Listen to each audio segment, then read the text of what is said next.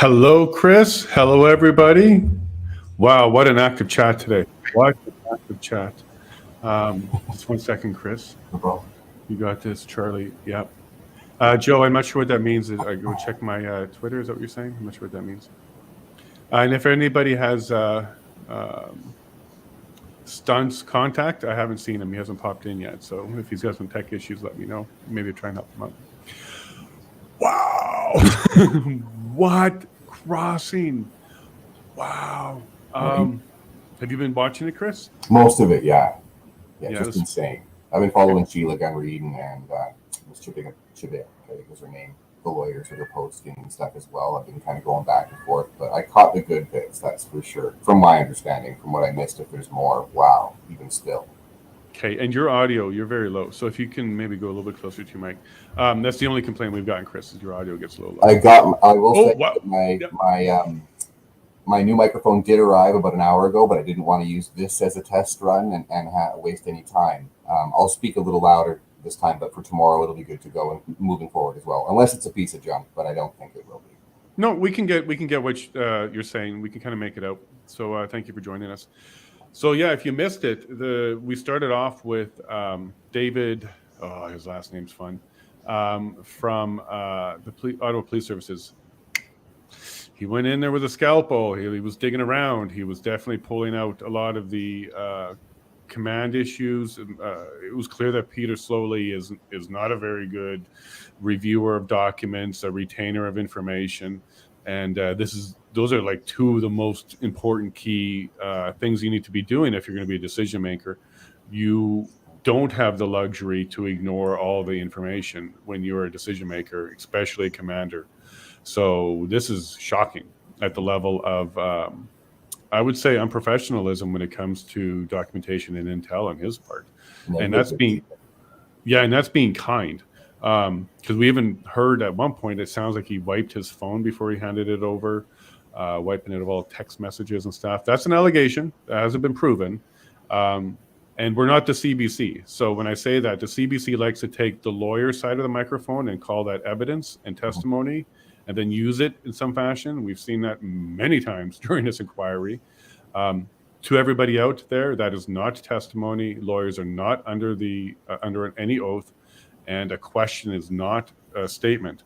So when you see the CBC saying, lawyer said, right there, they're breaking all the rules. Lawyers can say whatever they want. That is not testimony.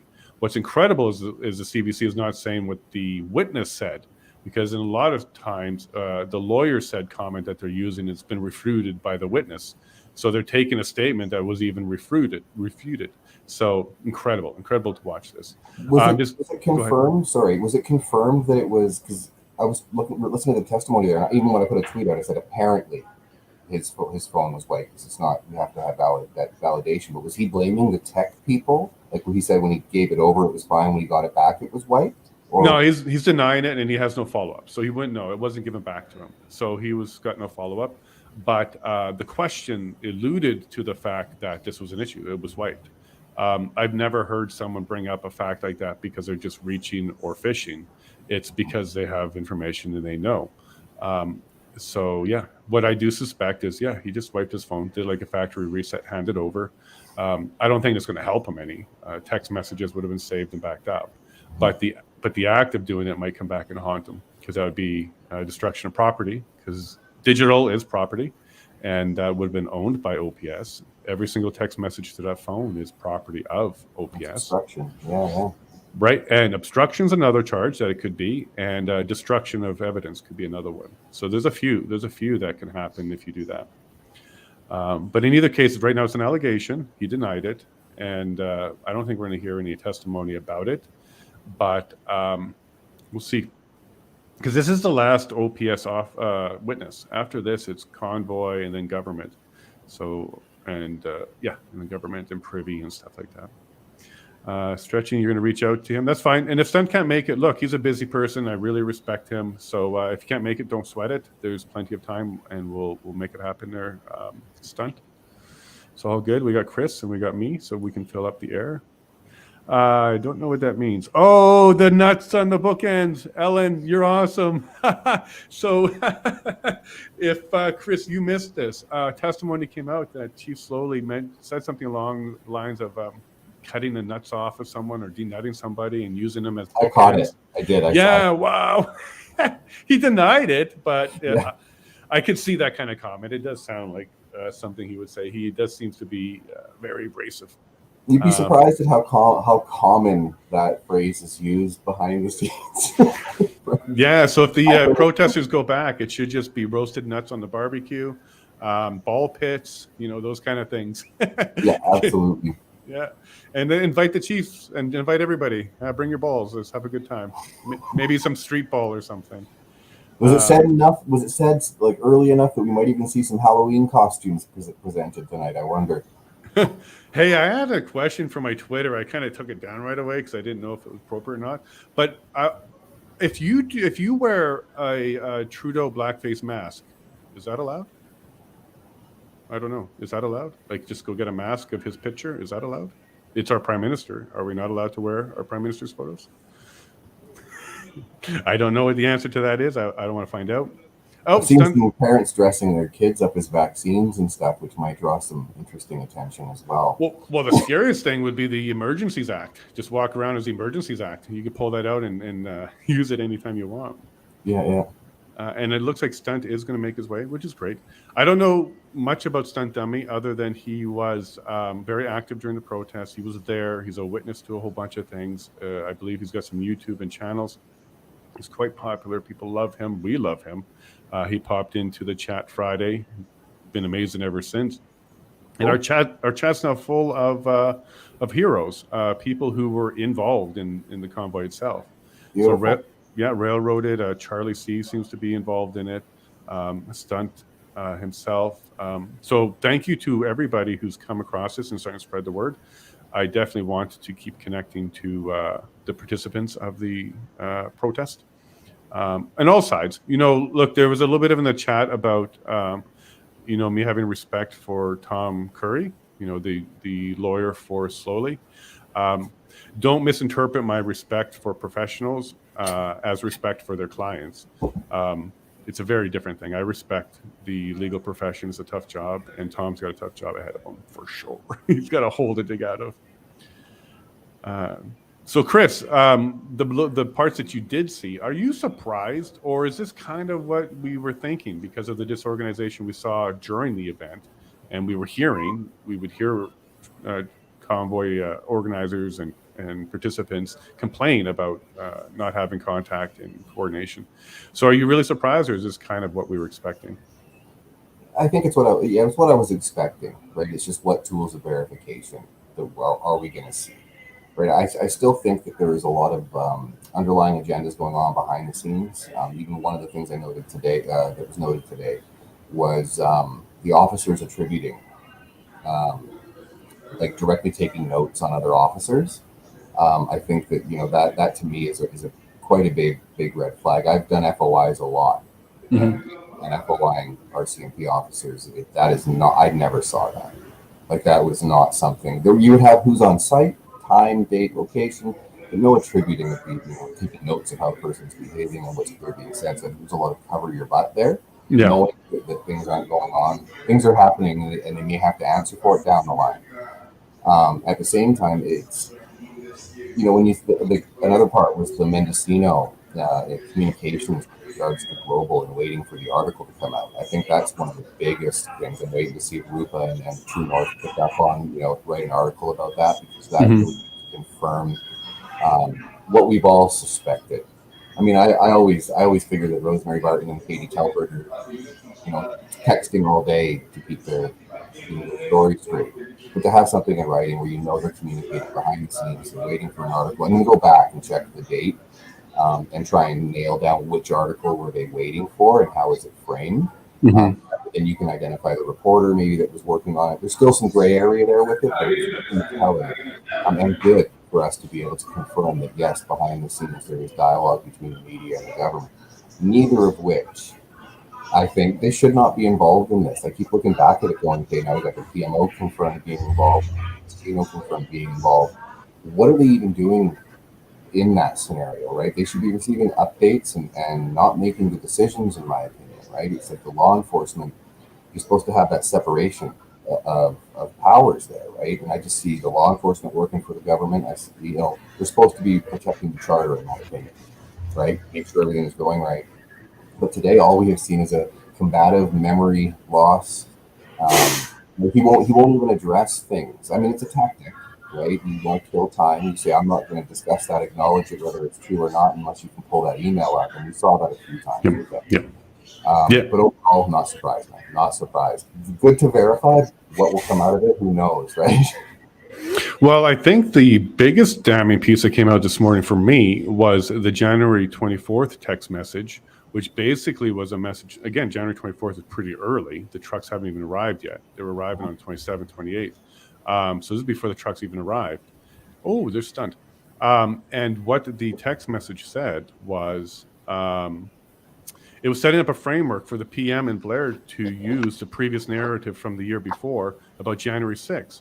So on January 24th, 2022, way before the first truck rolled in, they were already massaging this January 6th narrative by, in text message, talking about, hey, PM and Blair, Minister Blair, they remember their comments last year about January 6th? Well, that might be part of the narrative in the framework this time. Wow. I think that message alone is wow. So before a single truck rolled into Ottawa, they were already prepping with the PMO's, Prime Minister's office, a narrative around January 6th. And I guarantee you, if somebody put step one foot on that hill towards one of the doors or even pulled the handle, they would have opened the doors, let people rush in, do the same thing, and then have all the pictures they were wanting. It's clear to me, at least on January 24th, they wanted more. They were not even looking to get them to disperse or talk because they're already pulling up a year ago narrative. Let's recycle it. To me, that was one of the biggest ones that came out today.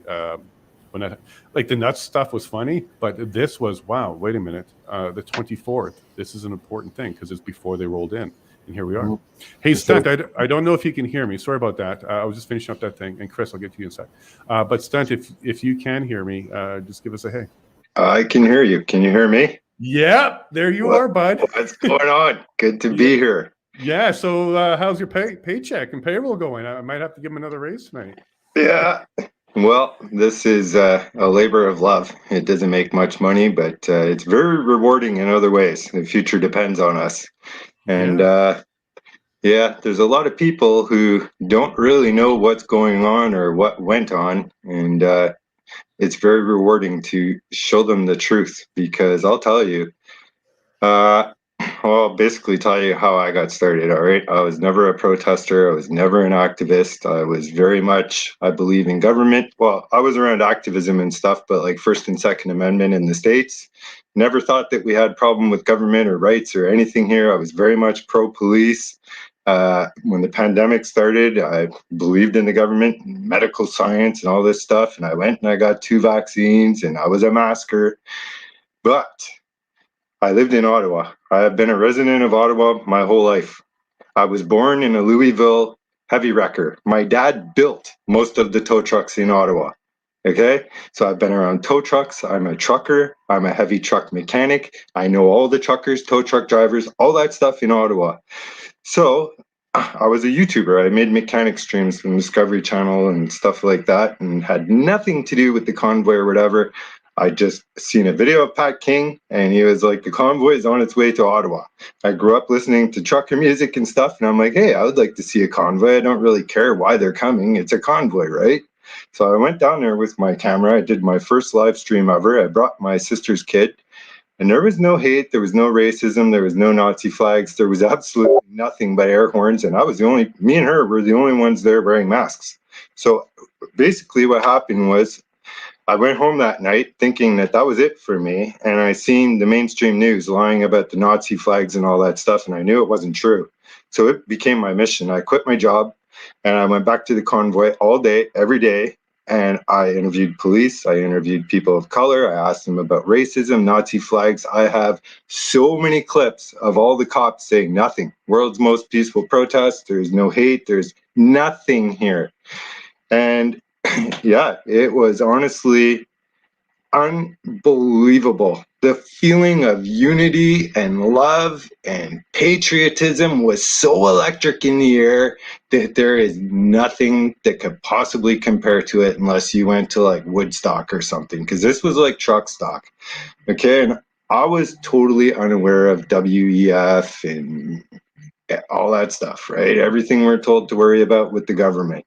So, I started getting lots of emails and getting lots of people that I thought were telling me crazy things. And they were like, this is too peaceful. They're mentioning January 6th. They're going to want something that makes this not peaceful. So you need to like get the evidence, right? And then I'm telling you, and you can see it on my streams, we have police with budget trucks that are fake budget trucks driving around with boxes of these weird things, and we don't even know what they were, but they were going into this weird building that was supposed to be the Royal Bank, and we caught them in undergrounds. And I totally believed there was a false flag coming because I had so many people telling me Trudeau does not want this to happen.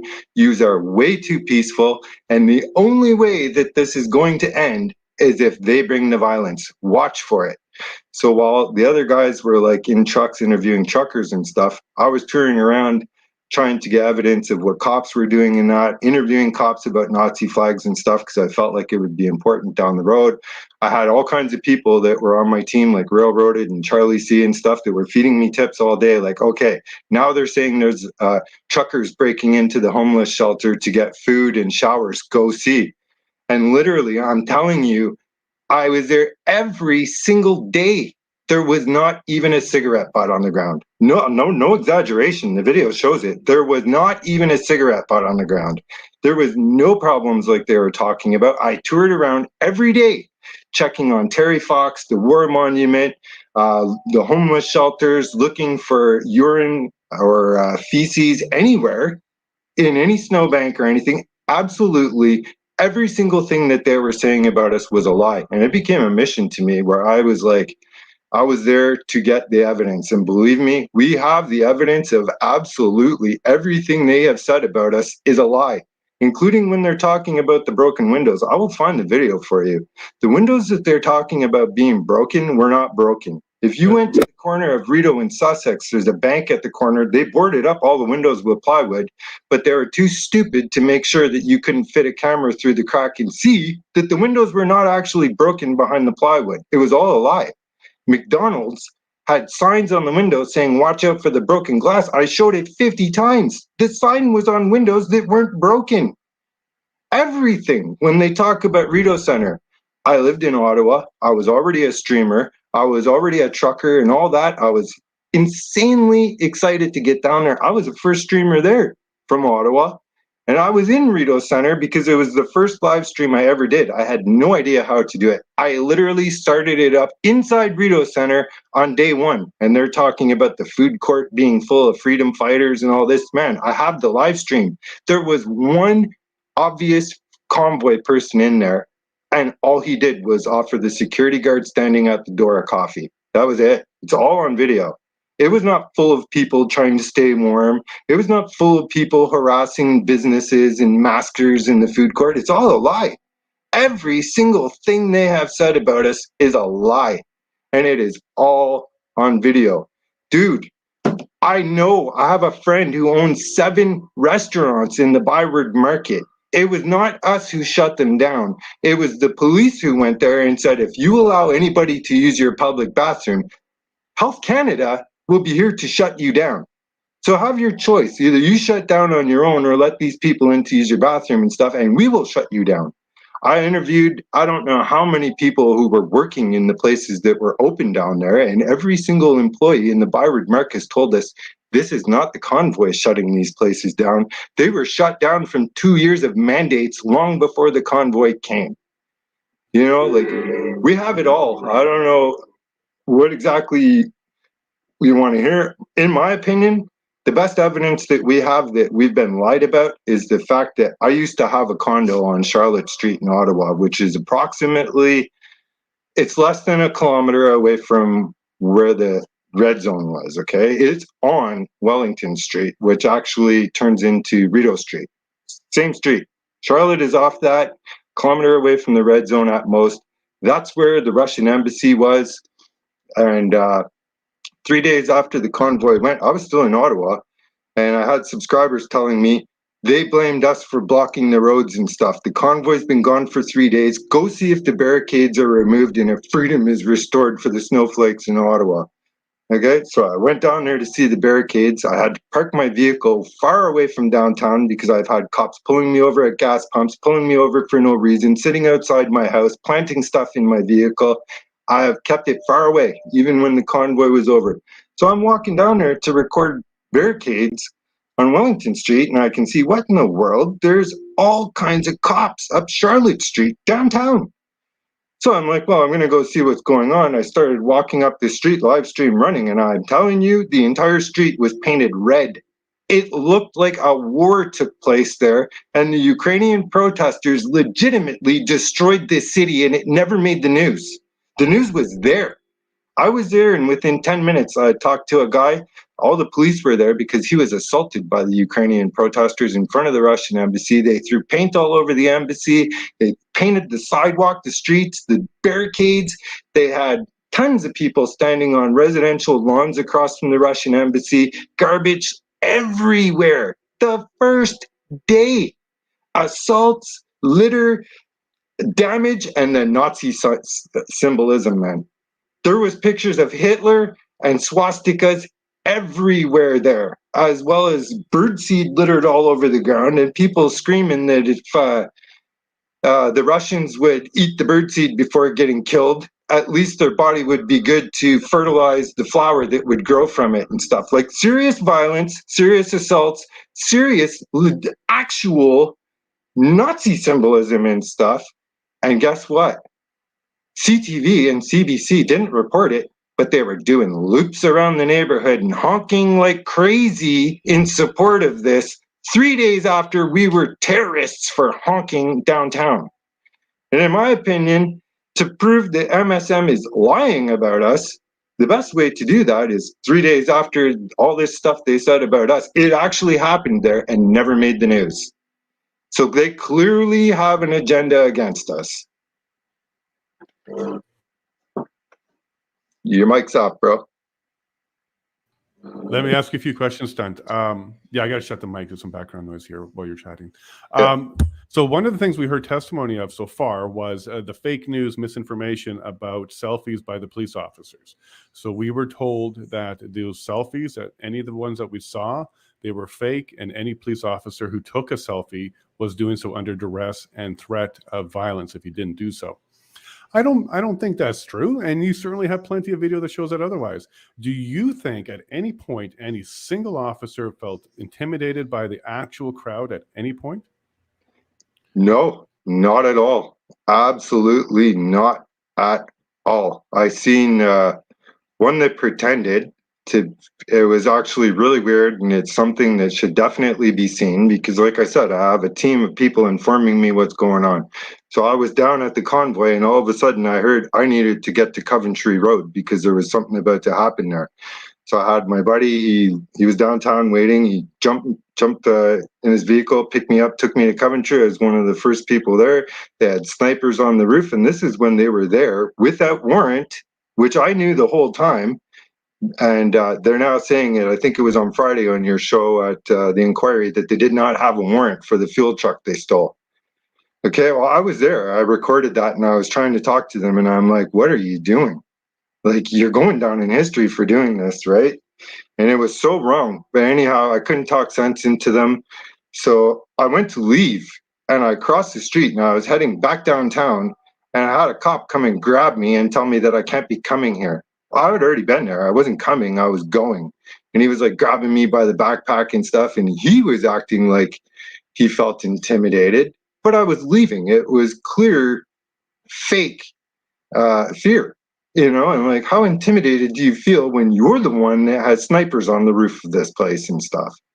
Okay, so that truck that they stole, people don't know all this, but that truck that they stole, I was, because I'm a mechanic and a trucker, I made friends with the mechanic. There was a trailer at the convoy of mechanics and vets who were shoveling off the war monument and that, and fixing any trucks that broke down there if they needed heat or whatever. So I became friends with them, talked to them and stuff, and I was there. The next day after that happened on Coventry Road, without warrant, the police were made to return that fuel. And it was like $50,000 in fuel, and they were so mad that they took it without warrant. They hijacked it at gunpoint and were made to return it. They returned it full of gas and water, and I was there streaming in the mechanic trailer while the mechanics were trying to separate the water from it and filter out the sugar so that the truckers could stay alive that night. Like, they're talking about us, but we have the evidence to prove just how corrupt and wrong everything they did was. Do you feel like they were just provoking you, or were they just being jerks? Like, were they trying to provoke more out of you, or were they just being jerks with their authority? And Chris, go ahead and you can ask the next question if you want to get one ready. I feel like they're trying to intimidate all the live streamers because they know MSM is on their side. MSM is working for Trudeau. MSM doesn't give two hoots about the truth, and they know that streaming is the new media. And with us following them around and showing their budget trucks and sneaking into underground parking lots and Royal Bank buildings with weird boxes and stuff, they couldn't do what they wanted to do. We made it impossible for them. And they had no choice but to bring violence to what was peaceful. There was absolutely nothing there that was not peaceful. Nothing at all. I was like, man, like, I was red pilled there. Big time. Big time. I never felt like I couldn't believe government, or I used to do business with cops. I have a lot of friends who are Ottawa police officers. After what happened there, I have nothing to say to them. I'm sorry. But like, you broke my heart and crushed my patriotism and my belief in our rights and our charter and stuff. It hurts. We didn't do anything to you, and we didn't do anything illegal, and we didn't do anything that was outside of what our rights allow. We inspired the entire world. And these lying cops and lying politicians and lying news are making us vilified for nothing. You know, and then to say that, dude, everything they say is a lie. The counter protest that happened at the corner of Riverside Drive, my sister works there. My sister recorded the counter protest as it was happening. They legitimately blocked off a main artery of Ottawa. Nobody needs to go down Wellington Street in Ottawa unless you're going to the Parliament building. There's nothing there. It goes to Quebec. There are 4 other bridges that go to Quebec. You don't have to take that one. Nothing was being blocked off. But the counter-protesters really did block off traffic. Did you see the cops? It wasn't the truckers that shut down Ottawa. It was the cops with their Nazi-style checkpoints asking for papers and identification. Dude, I lived in Ottawa my whole life, but I was 2.5 hours away from Ottawa when the convoy happened. I changed my address to an Ottawa address again so I could be there because they were actually checking IDs and stuff, because if you weren't from Ottawa, they didn't want you there. Yeah, and it's like, everything they say is a lie. It was them shutting down the city, not us, them. You know, the convoy was like 1 square kilometer that would have affected anything, and it was downtown. And even when they say like, oh, they were honking all night and stuff, no, they absolutely weren't. And we got some of that out of Brendan about the blocking in and stuff like that. So he's getting that testimony coming out, which is great. I didn't know about the checkpoints outside the city, checking residents and stuff like that. Was that the OPP doing those? And sorry, Chris, you got the next one. Well, it's really hard to say who it was because at the convoy, they weren't wearing badges. They weren't wearing name tags. A lot of them were just wearing numbers like A246 or whatever, and they were identified by a convoy troop, not by who they really were or where they came from. So I don't know who they were, but I have videos of them, and they're absolutely cops doing Nazi-style checkpoints and will not allow anybody anywhere near downtown. Even when that raid happened at Coventry Road illegally, they had Riverside Road blocked off for 2 hours. I got in a cab and they wouldn't let me anywhere near it. I had to get out of my cab and walk to Coventry Road to stream that. All the traffic jams that Ottawa thinks happened because of the convoy, no, it happened because the police couldn't handle the peaceful protest.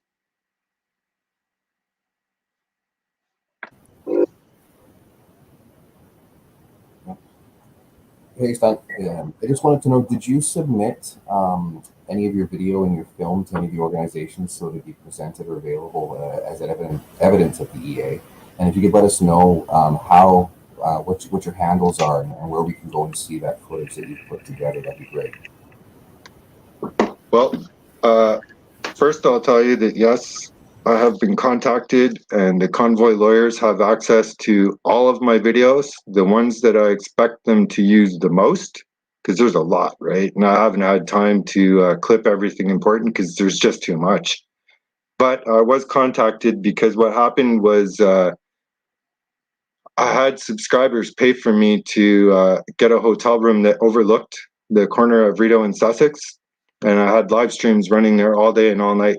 So I'm probably the only one that has this footage because once the convoy was broken up, everybody left. I was there. I was inside the red zone with a hotel on like the 16th floor or something. And they literally brought in front end loaders and they were dragging trucks around. They make it sound like they bought all these tow trucks and, you know, they were respectful and whatever. They were not. They were dragging trucks around with front end loaders. They were putting burn barrels that were up on roofs through windshields. They were taking all of our Canadian patriotic signs and tossing them into piles like garbage. And I even have it all recorded. When the whole thing started and they're talking about assaultive behaviors at the corner of Rideau and Sussex, nonsense. And what they don't know is I was up there recording the entire time, and they should know because I recorded the snipers on the roofs across from me. I recorded them peeking in my bedroom window with a drone.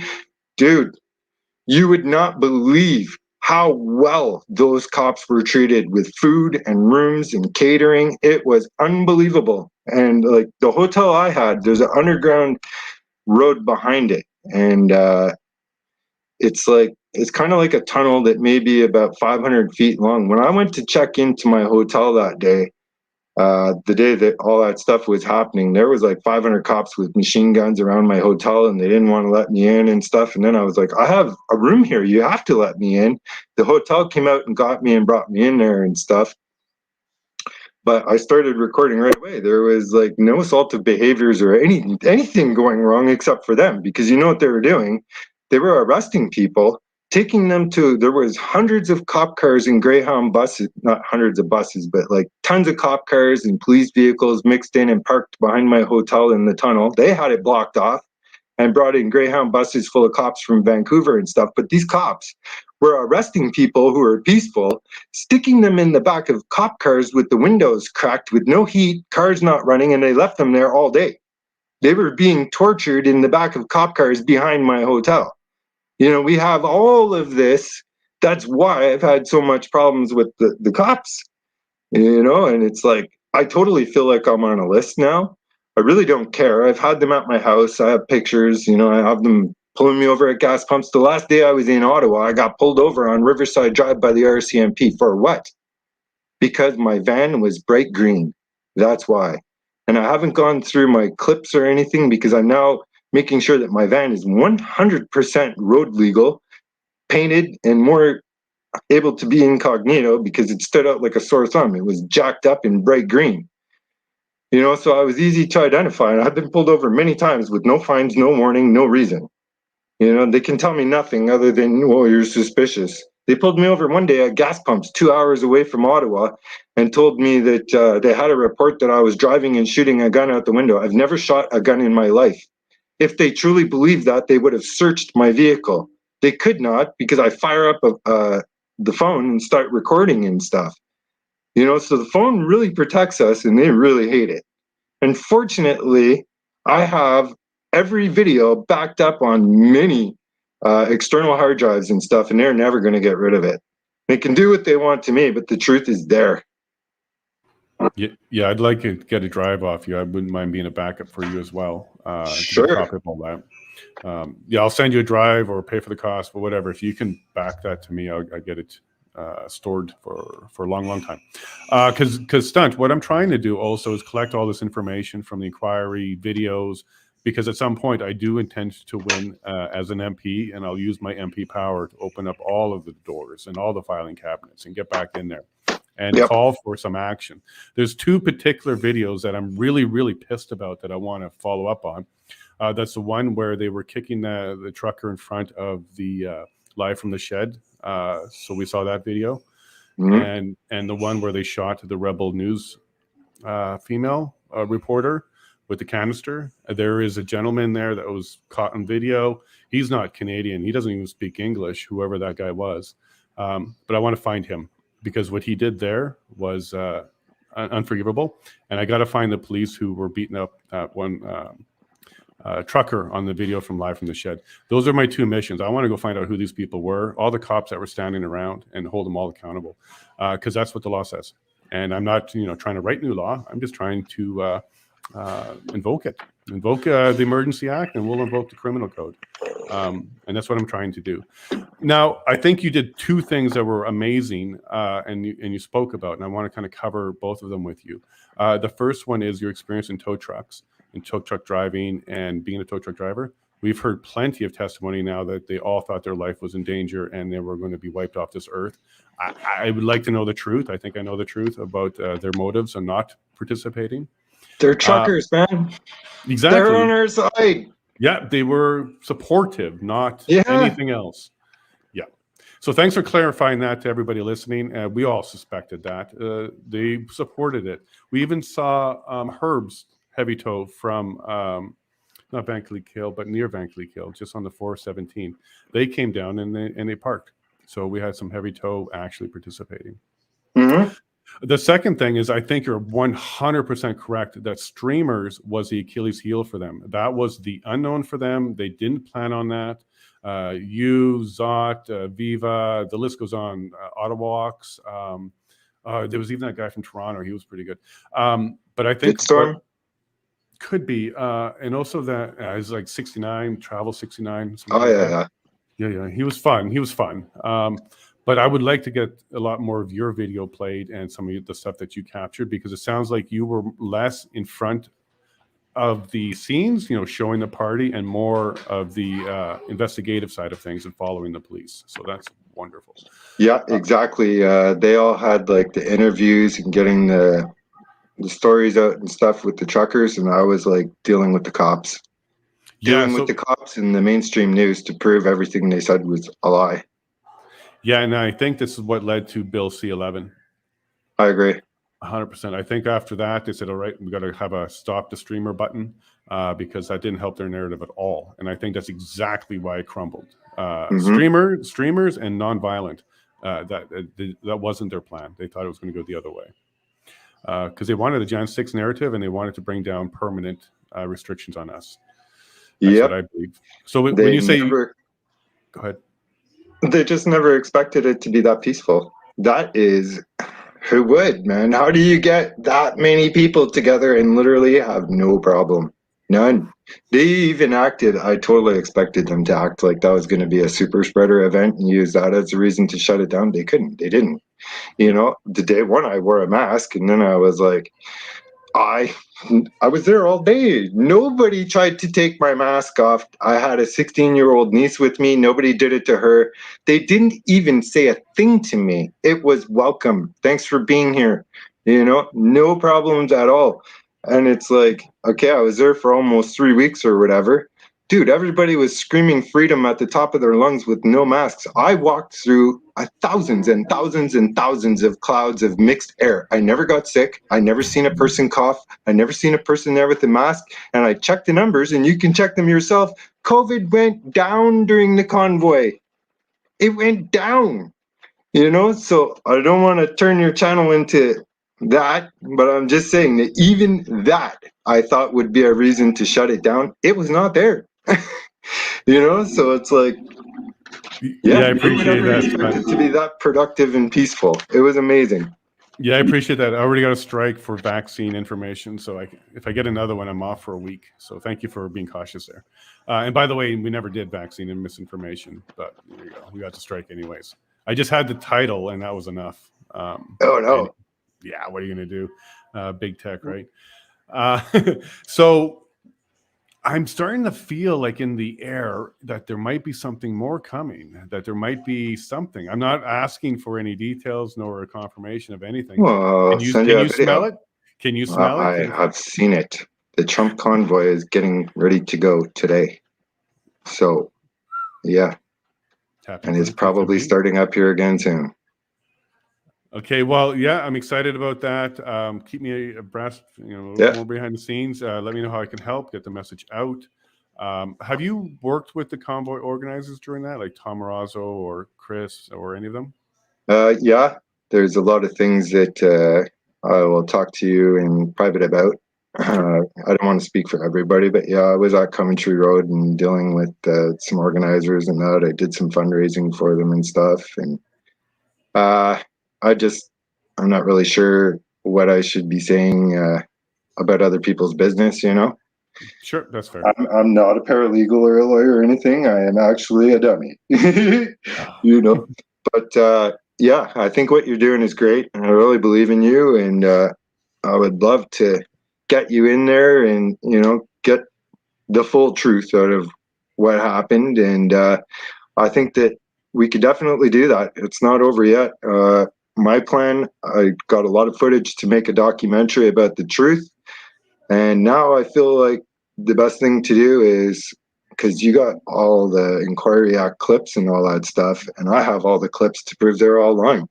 So I think at this point is when this is done, we just make a documentary that lets them testify to the country and then show the clip that, yeah, it's not true.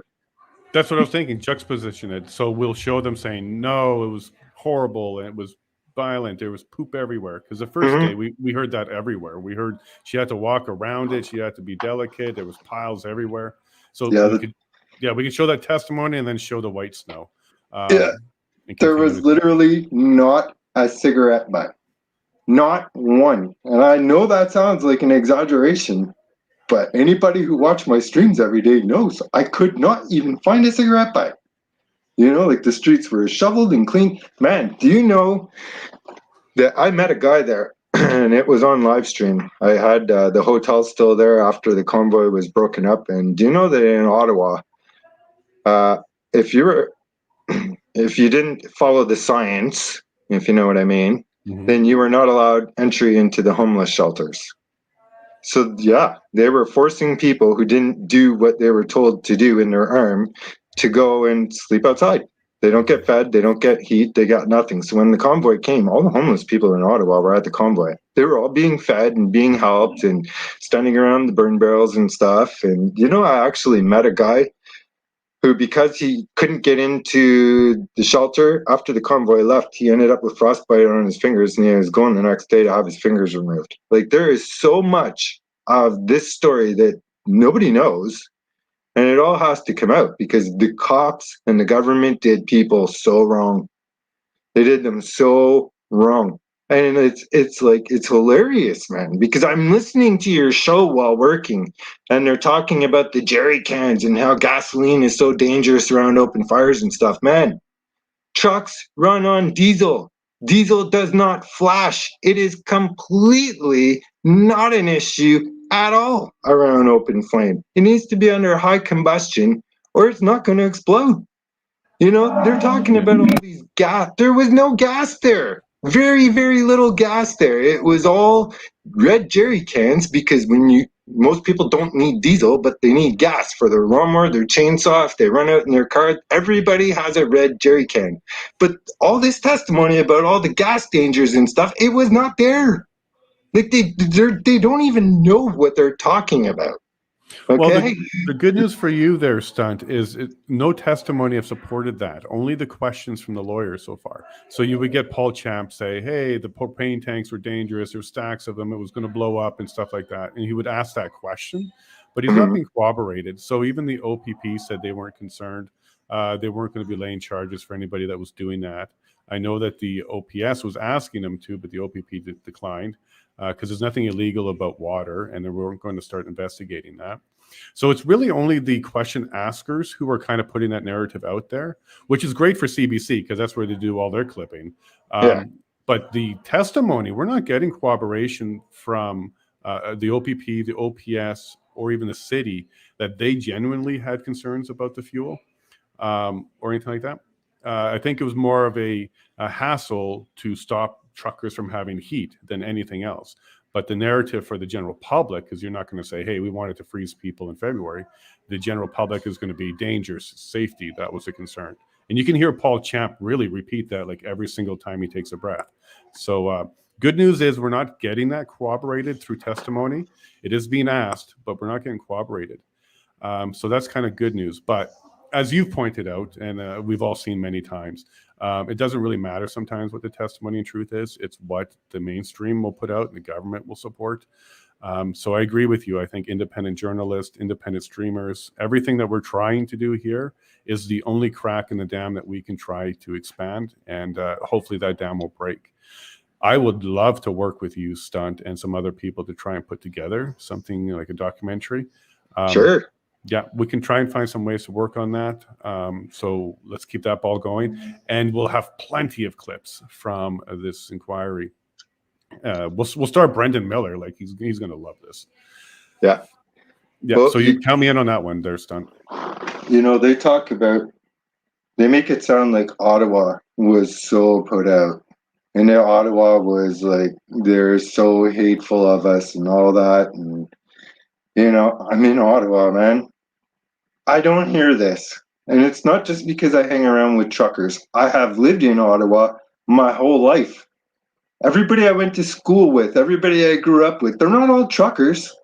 They're not all patriots, but they are certainly not feeling put out by what happened there with the convoy. And it's ridiculous that they make it sound that way, because when I was there, literally I saw one counter protester the entire time that came within the red zone. One. She literally stood there all on her own with a sign calling us terrorists. And we went near her and offered her food and to keep her warm with a burn barrel. What do you need to, we believe in your rights and freedom too. We mean you no harm. We're using our rights. You are welcome to use yours. We are no threat to you. What can we do to help you be comfortable here?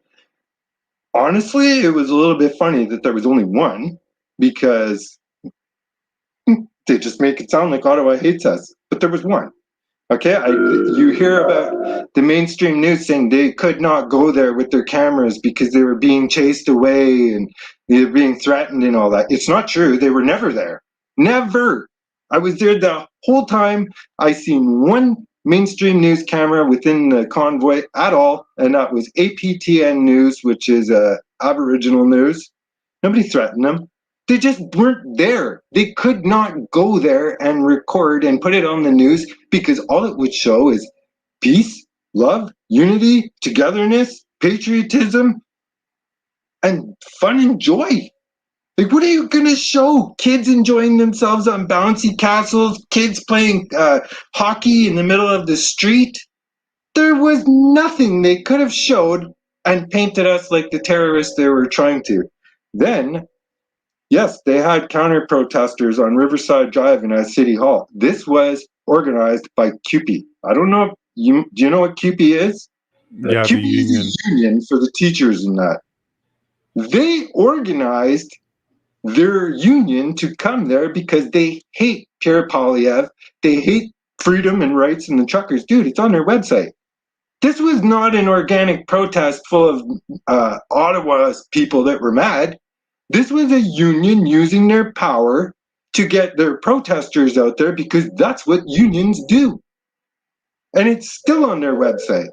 And as a matter of fact, they're about to do another teachers' protest I seen this morning, and I am really not happy that I can't go there and stream because my vehicle is down. We saw Viva Fry. There was one video where he went up to a small group of counter protesters, very small, and he was trying to interview them and talk to them. But there was one person who was going around and whispering in everybody's ears to stay away and don't talk to him, and he's going to make you look stupid and stuff like that. So there was one, what you would call the agitator, who was going around coaxing these sheep who were just standing there with a mask and a sign. They weren't talking, they weren't answering questions, but they were being directed by one person. And we saw that a couple times, that there was certainly a professional protester and agitator involved, and who was trying to kind of coax or at least make it look like it. Yeah, well, I definitely 100% believe that that's what was behind the protest at City Hall that had like 200 people.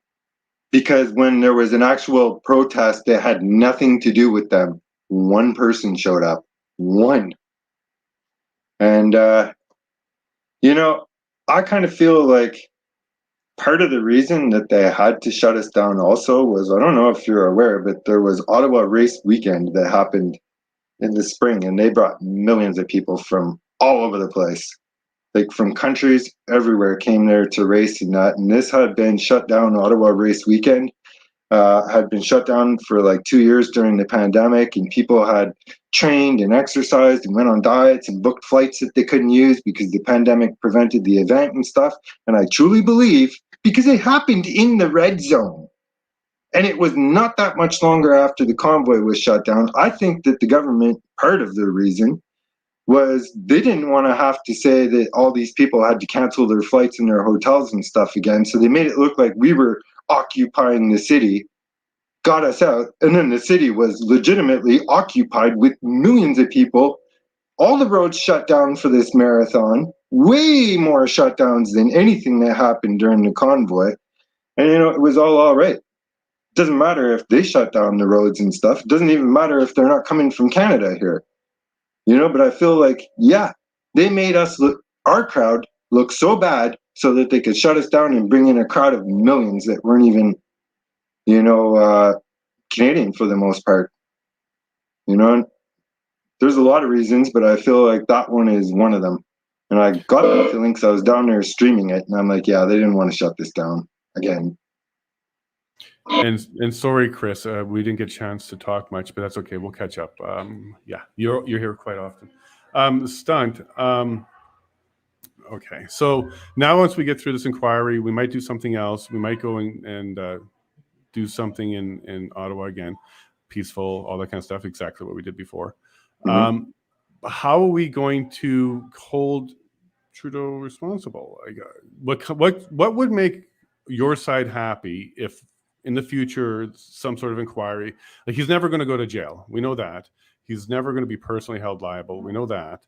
But what do you think Canada would want to see happen as some sort of accountability for the Liberals, the cabinet? Should it be criminal? I think that'd be difficult, but what do you think here's what I'm trying to get at there, Stunt. What would make you happy with the accountability stage if the Conservatives and some independents went in there in the 45th and did something? What would that something look like to you that would make you satisfied? Because we won't be able to get him in jail. He has to go. He has to resign for what he did to us. And I truly believe that if there's any justice left, we all know.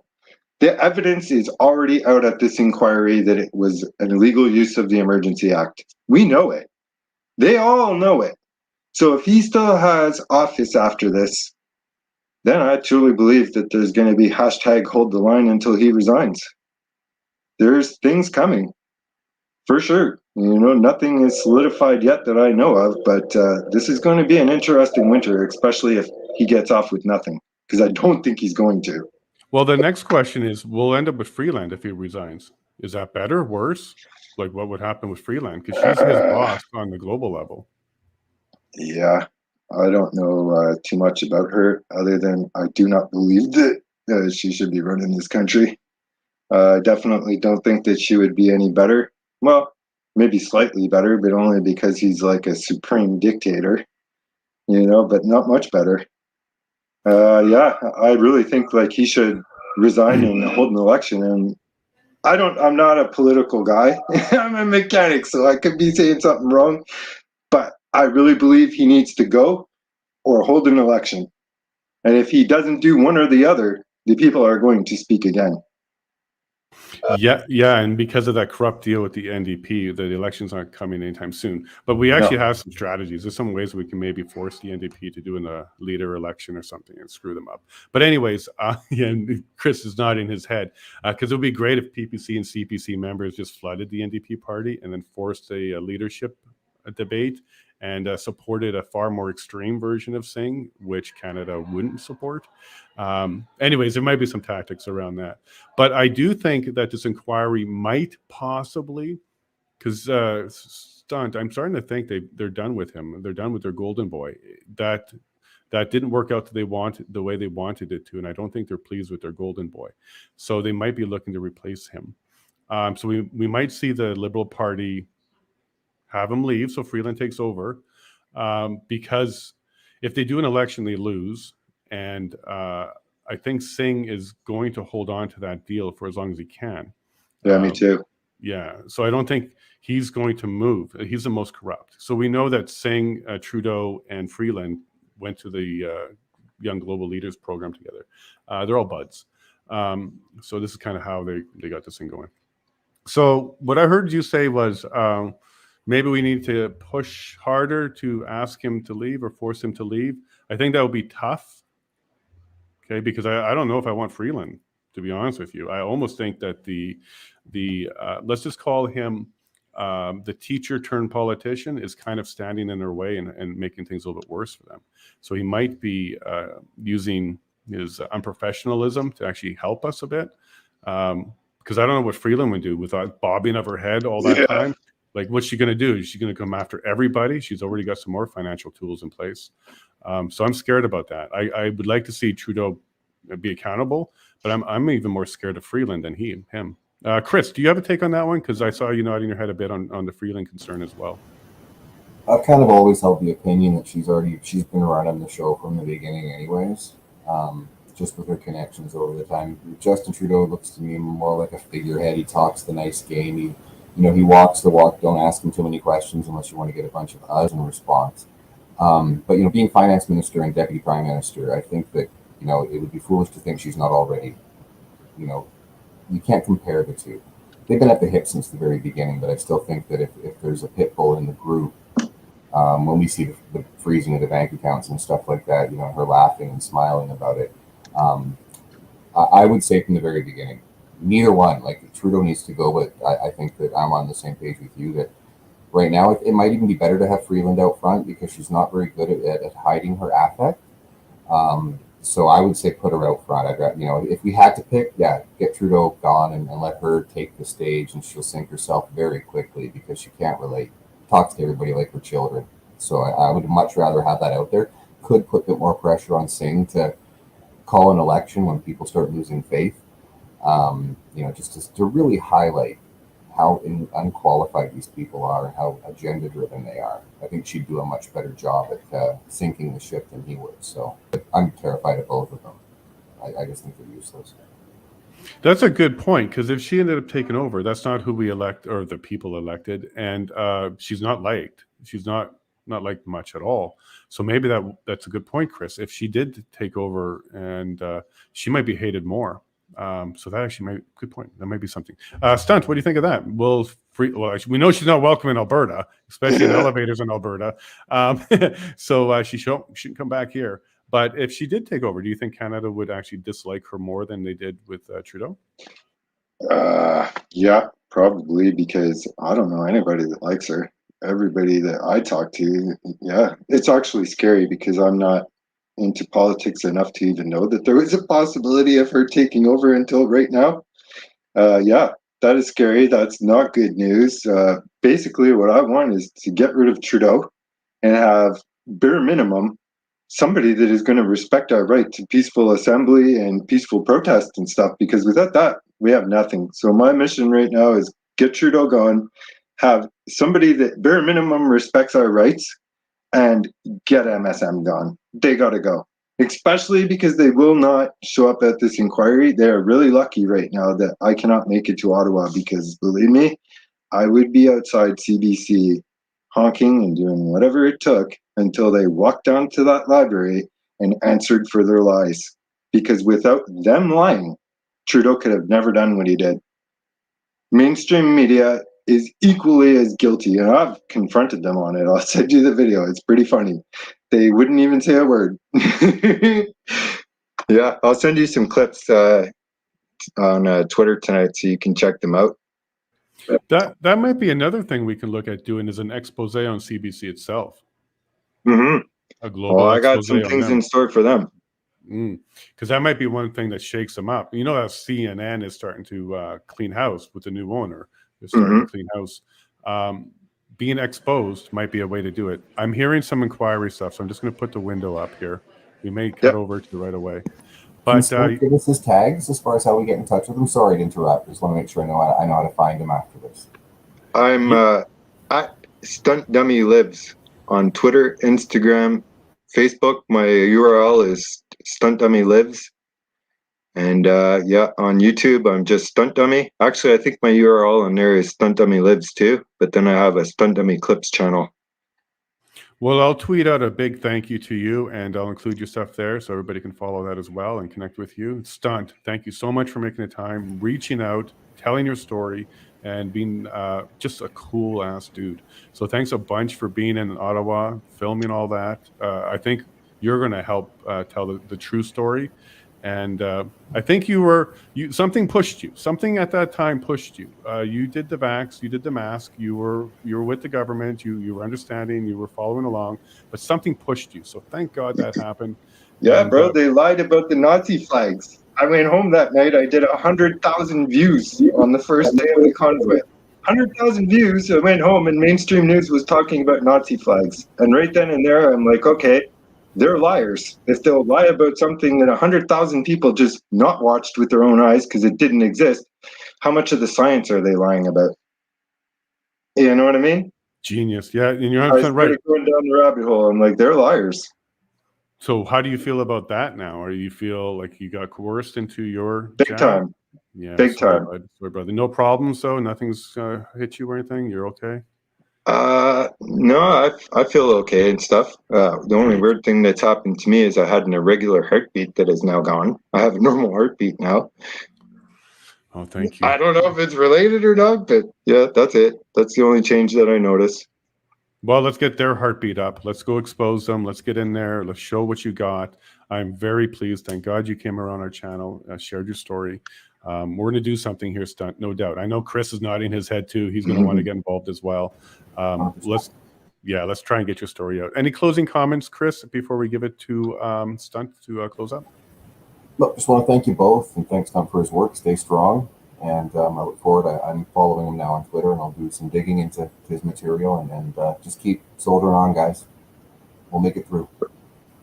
Right on. Thank you very much. We're all in this together. Both of you are welcome to take any of my content and use it as you see fit, or not at all. It's up to you.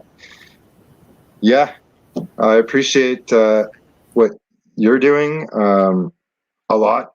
You know, I'm not the political go for office type guy or whatever. I'm the trucker that will go honk, that will go risk jail to protest and stuff, and it's not over yet. There is a lot more to come. I just have been spending the last couple of months selling everything I own, selling my house, and getting all my ducks in a row to make sure that when they come at me this time, there will be absolutely nothing they can do. Order a lot? Merci beaucoup, Stunt. Have you ever thought about Alberta? We'd love you out here. You bet, brother. I hear that you're firing your RCMP and getting ready to consider separation. And I'm definitely, I have railroaded trying to find property for me down there. I got lots of friends from Alberta. Yeah, I'm going to go back to work and listen, but thank you very much for your time and have a great day. Thank you, everybody. And if you like this video, remember to like and subscribe and press that notification button to receive more information like this. You can also follow me at yellowhead.vote to stay informed and get the inside scoop. Thank you.